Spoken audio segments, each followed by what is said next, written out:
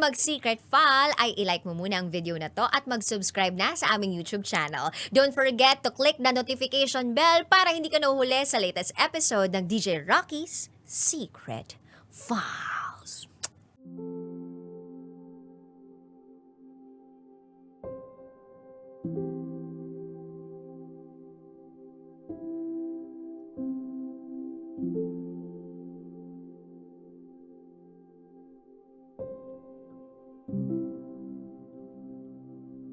And now, it's time for DJ Rocky's Secret Files with Jello.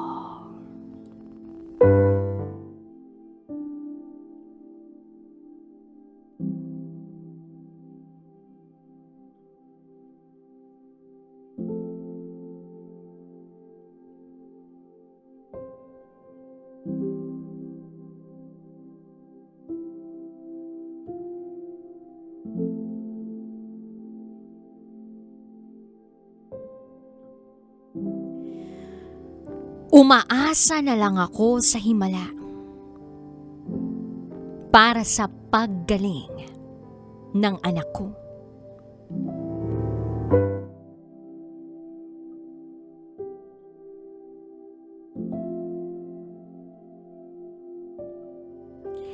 Hi DJ Rocky at DJ Jello. Itago niyo ako sa pangalang Eileen. At ito ang aking secret file. Noon pa man, simple lang ang pangarap ko. Ang matapos ang pag-aaral ko at magkaroon ng magandang buhay para sa amin na magulang ko. Nagawa ko naman yun. Graduate ako ng kursong Fine Arts at nakakuha ng magandang trabaho. I also had a long-term relationship with my then-fiancé na sa ngayon ay asawa ko na. Naitago natin sa pangalang Rex. Unti-unti naming binuo ni Rex ang mga karerang hinangad namin. Simula pa nung mga bata kami. Hanggang sa nagpakasal kami sa ika-6 na taon ng relasyon namin. At nabiyayaan kami ng isang baby boy. Pinangalanan namin siyang Jim. Matagal naming ipinagdasal ni Rex na magka-baby. Kaya noong dumating si Jim sa buhay naming dalawa, grabe sa pag-apaw ang kaligayahan namin. Para bang meron kaming sense of renewed hope na matagal na naming inasam-asam.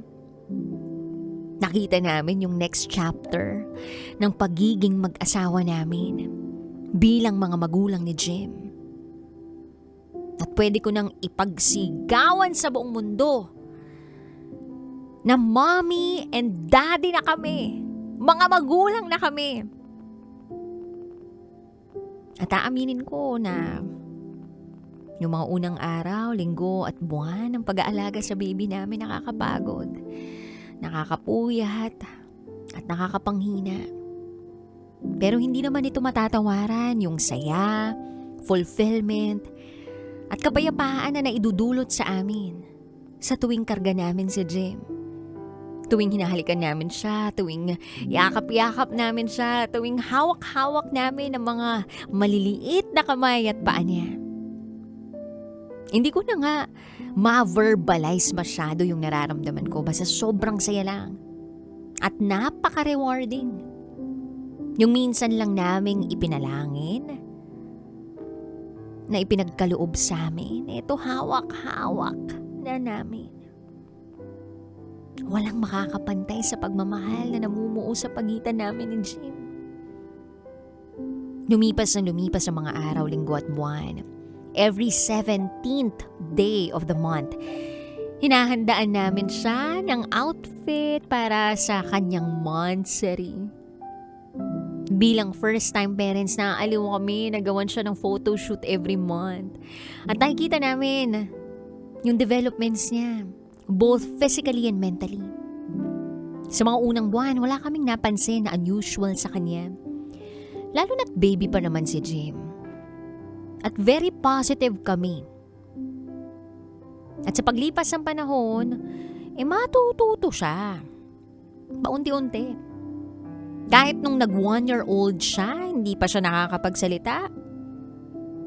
Okay lang, alam naman namin niya may kanya-kanyang timeline ang bawat bata. Hindi naman namin siya kailangang madaliin na makapagsalita, diba?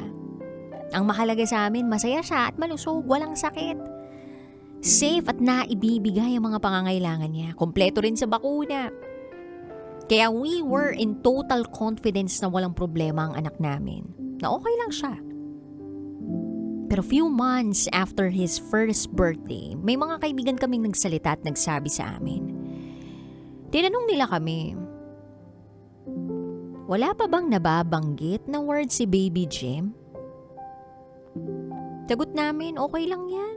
Hindi naman niya kailangan magmadaling magsalita. May eye contact naman siya sa amin eh. Pero nabahala kami. Nung may nag-advise sa amin na ipakonsulta siya sa isang espesyalista, close friend namin yung nagsabi, na isa ring guro. Ang exact words niya ay, maaari patingnan nyo na, something is not right with Jim. Mahal ko kayo.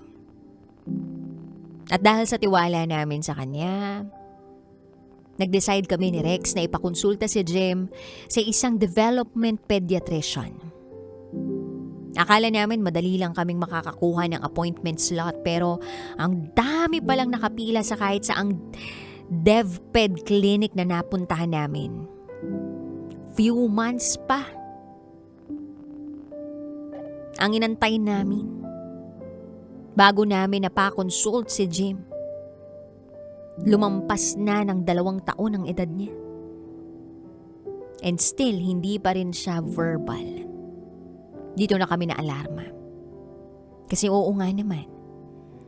Yung ibang batang kaedad niya nakakapagsalita na, nakakausap na, madaldal na, pero siya wala pa ring progress.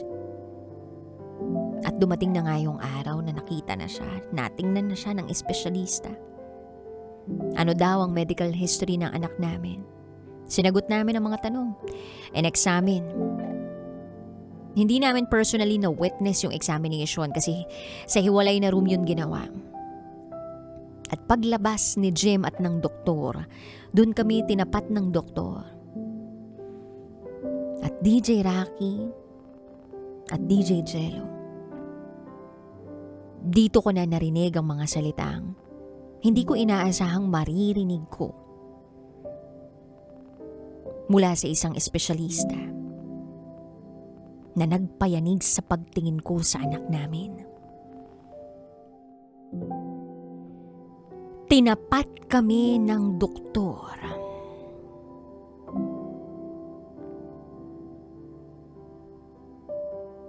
Ma'am and sir, I examined your kid and he has verbal apraxia. Hindi kami agad nakaimik sa ipinaliwanag ng developmental pediatrician. Literal kaming napanganga sa sinabi niya. Hindi namin maintindihan kung ano ang sinasabi niya. Basta ang alam namin, merong mali sa anak namin. At malamang sa malamang, yun yung unang beses na narinig namin yung terminong yun. Ano? Verbal apraxia? Ano? Unti-unting ipinaliwanag sa amin ng doktor ang kanyang diagnosis. Pero sa akin, sa perspektibo ko, para akong nalulunod sa kalituhan. Sa dami ng mga gusto kong itanong, ang hirap unawain ang mga sinasabi niya. Kaya ang naitanong ko lang kay Doc, bakit ang anak ko? At hindi niya rin masisi. Natanungin ko yun sa kanya. Hindi niya ako masisisi doon. May mga inexplain si Doc. Pero lumilipad yung isipan ko eh. Lalo na nung paulit-ulit na binabanggit niya yung term na special needs. Patungkol kay Jim. Nakikita ko lang kasi to sa FB, sa IG, sa TikTok.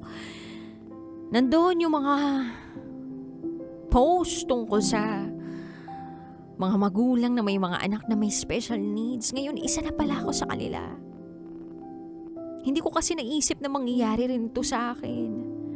Na magiging isa rin akong magulang ng isang batang may special needs. Hindi ko alam kung paano maiintindihan ng ibang tao o maging ng mga kamag-anak namin ang kalagayan ni Jim. Hanggang sa hindi ko na mamalayan, umiiyak na ako sa harap ng doktor ng anak ko. At nakikita ako ni Jim mismo na umiiyak. Hindi ko napigilan yung emosyon ko. Naisip ko agad baka paglaki niya mabully siya sa school. As paano yun? Makakapag-asawa ba siya? Makakapagtrabaho ba siya ng normal? Magkakaroon ba siya ng mga kaibigan? Magiging independent kaya siya paglaki niya? Paano kung mamatay ako agad tapos hindi pa siya handa? Na hindi pa siya independent, paano na siya? DJ Rocky at DJ Jello, samot-saring senaryo, nagpatong-patong. Kaya parang napapa-overthink ako, tsaka napaiyak ako ng sobra. Sabi ni Doc, swerte raw si Jim. Kasi usually, yung mga nagkakaroon daw ng ganong kondisyon, may kasama pang comorbidity o iba pang behavioral issues. Yung kay Jim, ang issue lang talaga sa kanya, hindi siya makapagsalita. Hindi mabuo-buo ng bibig niya yung mga salitang gusto niyang sabihin. Oo, nakakaintindi siya. Alam niya ang dapat sabihin pero he cannot say what he wants to say. And it has something to do with motor planning. So ang intindi ko roon, kailangan ng anak ko na ma-establish yung ability na maigalaw yung bibig niya para makapagsalita. Na magkaroon siya ng skill na bumuo ng mga salita at ma-express yung sarili niya ng maayos. Alam ko na malayo pa ang kakailanganing progress ni Jim, pero sino ako para sumuko para sa kanya, diba? Nakikita ko naman gusto rin niyang matuto. Yun nga lang, yung kondisyon niya, it's a lifelong condition. Pero positibo naman yung doktor na magkakaroon daw ng improvement si Jim. And eventually matututunan niya rin makapagsalita ng maayos. Mahirap at magkakaroon siya ng struggle pero hindi daw imposible. Sa tulong ng speech therapist, marunong na siyang gumamit ng AAC device o Augmentative and Alternative Communication Device na design para sa mga tulad ni Jim na may speech disorder. Natutulungan nito ang mga bata na makapag-communicate gamit ang mga picture board na makikita sa device na pwedeng mag-generate ng speech para masabi niya yung gusto niya. Marunong na rin siya mag-sign language. Kaya kami ni Rex ay unti-unti na rin natututo nito. Sa ngayon, 4 na taong gulang pa lang si Jim. Nag-aaral siya sa isang special pre-kinder class. Napakaswerte niya dahil si Rex napaka-proactive bilang ama. Siya rin ang best advocate para sa mga katulad ni Jim. Walang sawang tinutulungan ng asawa ko, si Jim. At never kong pagsisisihan na nagkaroon ako ng special child na katulad ni Jim. Blessing siya sa pamilya namin at mas lalo niyang binigyan ng kulay at saya ang buhay namin. Kaya dinededicate ko ang buhay ko at ang pagkatao ko, ang sarili ko, para tuluyang ma-empower si Jim. Hindi ako nawawalan ng pag-asa na magiging independent din siya paglaki niya. At maski dumating ang time na wala na kami ni Rex bilang magulang, pangarap kong kayanin ni Jim ang buhay sa mundong ito. Gaya ng mga ordinaryong bata. na may special needs. Salamat DJ Rocky at DJ Jello dahil pinaunlakan ninyo akong maikuwento at maibahagi sa iba ang kwento ng anak ko.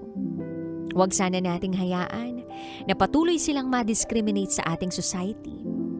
Dahil tulad ng mga ordinaryo at normal na bata, deserve din nilang magkaroon ng magandang buhay at magandang bukas dito sa mundo. Hanggang dito na lang po. Muli, ako si Aileen. At ito ang aking Secret 5.